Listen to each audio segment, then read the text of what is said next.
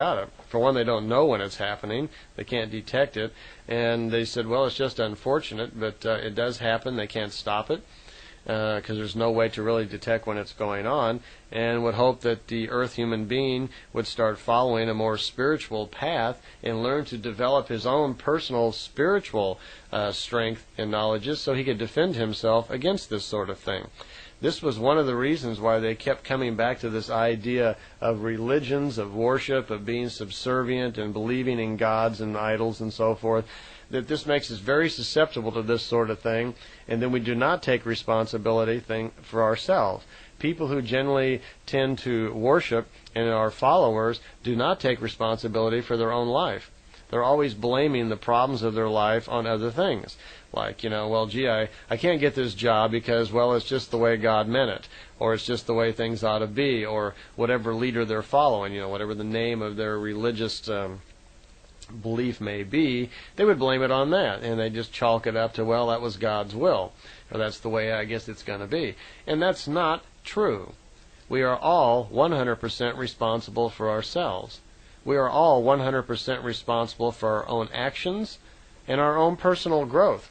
This is probably the main, if there was any particular one statement that the Plejadians are really trying to get across to us, it's that. It's get off your knees and take responsibility for yourself. This is your life. We go through a period, a succession of material lives in order to gather information to feed our spirit truth. That's the purpose of our life. That is the meaning for it. So in order to do that, you must learn to be clear thinking, clear and balanced when you gather this information. It is the purpose of our life to feed ourselves. You feed your stomach food, you feed your spirit truth. You feed it wisdom so it can carry forward and grow. That's the whole purpose of what life is all about. So if you are caught up in some sort of religious delusion or grandeur, what are you going to be feeding yourself? Delusion and, lies and deceit. So they look at us as a planet of spiritual stagnation, a planet of hundreds of different belief structures and ideas, idols and so forth, and they would like to see us, and they know that we must grow up. We know that they know we must start being responsible for ourselves, and they're very concerned that we're going to develop technology and speed off into space with our spiritual stagnation and all of our religions and our anger and hate and greed and power, and we're going to go speeding out there with that attitude, and we're going to run into some very dangerous adversaries who would take us out in a second. That could be, it could throw mankind back into, total slavery and primitive times again, if we were to do that. They are far more hopeful that the light workers, the leaders, the way preparers, the prophets, the more spiritually advanced people on our planet can make some breakthroughs. And by providing role model and inspiration to others, and inspiration again is the key here, that we can help other people on our planet develop more spiritually so this planet can be taken back. And we can get our planet back and live in a more spiritual, more creative, creational way, and get rid of the current structure of power and greed and mayhem. And then when we move out into space, we can align ourselves with them and other peaceful races and have much better hope for our entire civilization. So that kind of summarized up through the first 25 contacts through June of 1975. Okay, now we're up to June 25th. He had his 27th contact. Up to now, all the contacts had been situations where Semjase would telepathically get in touch with Billy and direct him to a certain location, and Billy would ride his little moped out and meet her, sometimes at night, but most of the time during the day. But it was getting a little bit more difficult because people were starting to follow Billy, and it was getting difficult for him. And he lived in a little town called Hinwell at that time, and word was getting out more and more about what he was doing, and a lot of the locals kind of frowned on it and thought he was kind of strange, and so things weren't real comfortable for him. But he was still going out and meeting Semjase on these contacts on the ground. He had not ridden in the ships yet. But things were to change, because on this particular contact, Semjase informed him, says, surprise, get ready, we're going to go for a trip. And she said, would you like to go for a ride in the ship? And he said, of course, when? And she said, how about today?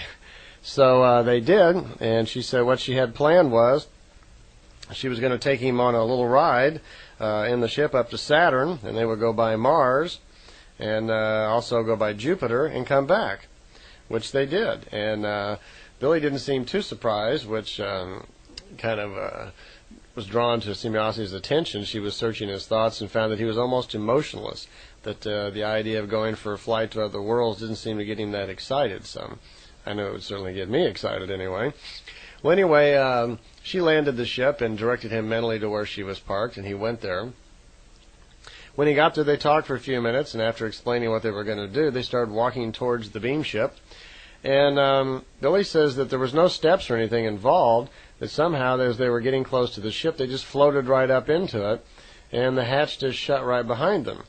And he doesn't have any idea really how that works. But when he got inside of the ship, he had his camera with him, and she told him that he'd be able to take pictures. He could take pictures on the out the windows of the ship, and he could also take pictures inside the ship on these little sight screens they have. And it's television screens that allow them to see things, whatever they want to see. So Billy right away noticed that inside of the ship it was kind of green, the colorization in the air, and the windows were green. But from the outside, the windows appeared orange. So he asked her for an explanation of, why the windows, if they were glass, why were they different? She explained that on the outside of the glass, there was some sort of coating or something on the glass that detected the atmosphere. It would let them know if the atmosphere was harmful. And when they were down on the ground like this, where in the normal atmosphere, the windows would appear orange outside, and they would be green on the inside. And that was a sign that everything was okay, that the atmosphere was usable, they could get out. If for some reason they landed somewhere and there were different colors, reds, blues, or greens, whatever, that came through the window, if the windows changed that color, they'd know that there was a problem, and that they'd have to wear some sort of atmospheric suit before they could get out of the ship. Also, if the windows were a different color, it would not allow them to open the hatch and get out of the ship. They couldn't do that accidentally unless they had their atmospheric suit on. So there is some intelligence going on in the ship here. Later on, we're going to find out that the intelligence in the ships are primarily organic, that they're growing what we think of as computers, that the ships are somewhat intelligent and can actually do some of their own thinking, which you have to figure for a race that evolved much, way beyond us. It's probably not such a big surprise. Well, anyway, once inside of the ship, they take off, and Billy notices as they get out of the atmosphere that the windows turn clear. And she said, yeah, when you're not in an atmosphere, they turn clear and you can see through them. Also, the windows block out radiations. So if you're looking out the window and it should be a comet or you go by a sun or something, that the radiations are blocked so there's no harmful effects from pressing your face up and looking out the window. That's probably what I'd be doing. I'd be right over at the window with my nose against the glass, looking out like, what's going on? Well, inside of the ship, too, they had several sight screens that they could watch on. Well, this was a rather short trip by their standards. It took 2 hours and 34 minutes, and they went, as it's expressed in the contact notes, they traveled 3,000 million kilometers, which would be equal to 3 billion kilometers that they went. And I don't know the exact route they took, but I know they went by Jupiter, Saturn, and Mars, and then returned. When they got back and sat down, Billy, for some reason, was just as emotionless, and she was a little surprised that he wasn't more excited than he was, but he assured her that, it had made quite an impact on him. He was just thinking about it. He was just considering about all the things that he had seen, but he didn't act excited. I know I'd probably be jumping around in the ship going, yeah, wow. Probably have a little trouble containing myself there, but there weren't any other remarks in the contact notes about these things. Except later on it does mention that around Mars they were careful that there was something going on with Mars, and he was not able to take any pictures there. They wouldn't even get too close to the planet. They apparently got much closer to Jupiter and Saturn. He got some nice close-up shots on Saturn and on Jupiter also. So unfortunately, though,